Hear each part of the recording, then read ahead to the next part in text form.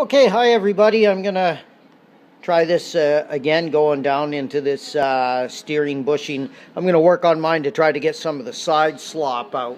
You see how it moves sideways. I'm gonna go down, I'm gonna disassemble the whole thing. So anyways, first thing is to take off the handlebar crash pad. So I have my light up there, I can see what I'm doing.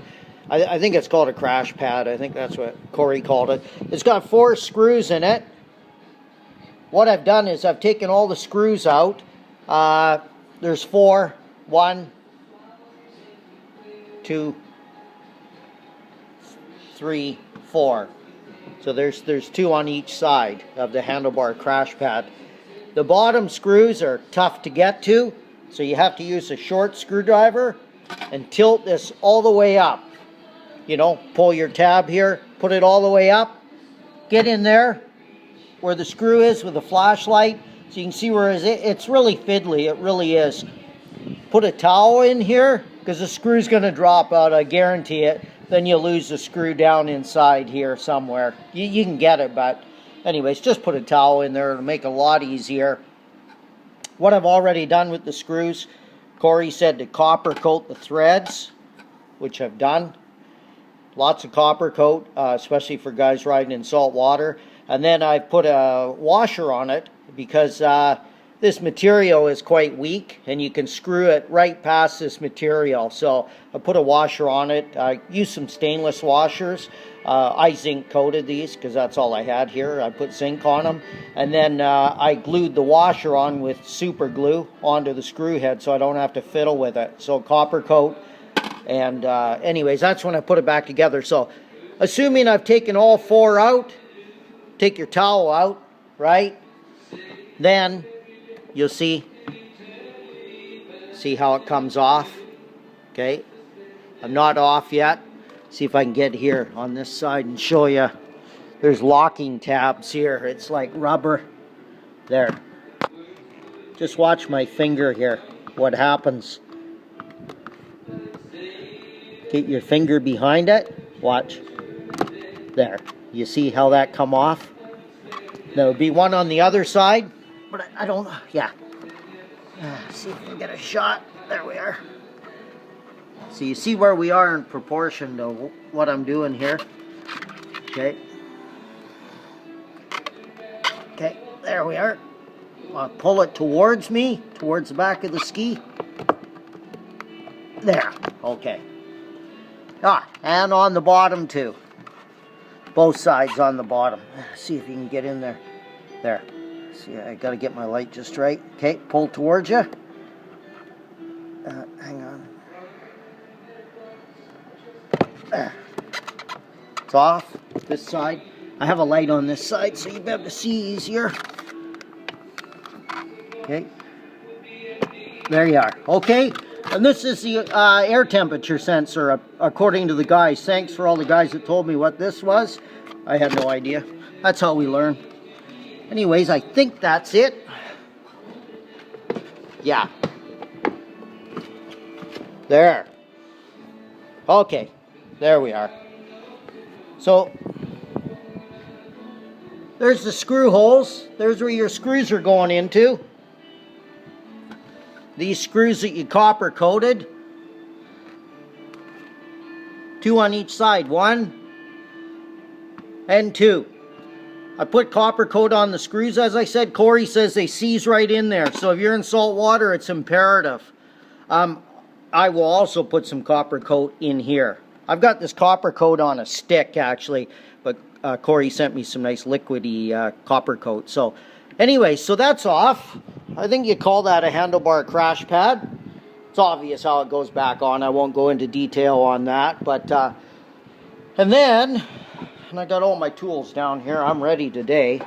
Don't know how far I'll get, but it's kind of intimidating the first time. And thanks to Corey and all the guys, especially Corey, that walked me through it last time. And Ed has contributed as well on his forum. But so the aim today is to get this slop out on the side. You see that?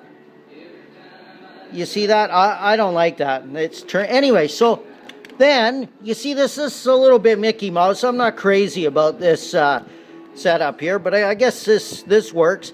I believe this here, you see how I marked it, I guess that's a buzzer, I'm guessing. And it just pulls out. I'll show you. There. That's all there is to it. So, you see how I marked everything? Back. That sits there. Okay. There we are. See how I marked it? I think I did anyways. Let's see. I've got some marks. I'll remark it again. Anyways, I think it's got to be an alarm or something. What's it called? Floyd BL Incorporated. Con-tone. So I don't know. It must be the buzzer, you know. Anyways, so mark that. And then this comes off. Put that to the side. And then we'll get into part 2 in a minute here. And I will take off this plastic piece here. We can take that off. And I will take off the handlebars next. And so I'll take off this plastic piece. Then I'll take off the handlebars. And I mark them left top, right top. It's smudged off a bit. But just so I get things back in the same place. It probably doesn't matter. And I think the torque on these is about, I can't remember, I think it's about 17 Newton meters. I'm not sure, but I'm just doing them tight. I put some Loctite medium on them. According to the service manual I believe you're supposed to put Loctite medium on them. But there wasn't anything on them. So I put some medium on the other day. We'll just see how medium is when I go to take them off. So, and I noticed when I put these handlebar clamps on, they seem to naturally, on this side, maybe somebody could comment, they seem to go flush up here. They're completely flush here, even before you do them up. So I haven't looked that close. There's always a gap here on the top. So if you look at where I am, there seems to be a gap here. And I mean, they're tight. They are really tight right now. But I marked them. Corey said don't bother, but that's the way I do things. You see how I put a line here? I marked them this way on both sides. Don't know if you can see on that side. And I marked them this way too. I put a line. So I put them side to side in the same position, and I put them in the same position. They're not turned down or turned up too far. They're in exactly the same position. But again, thanks, Corey. I think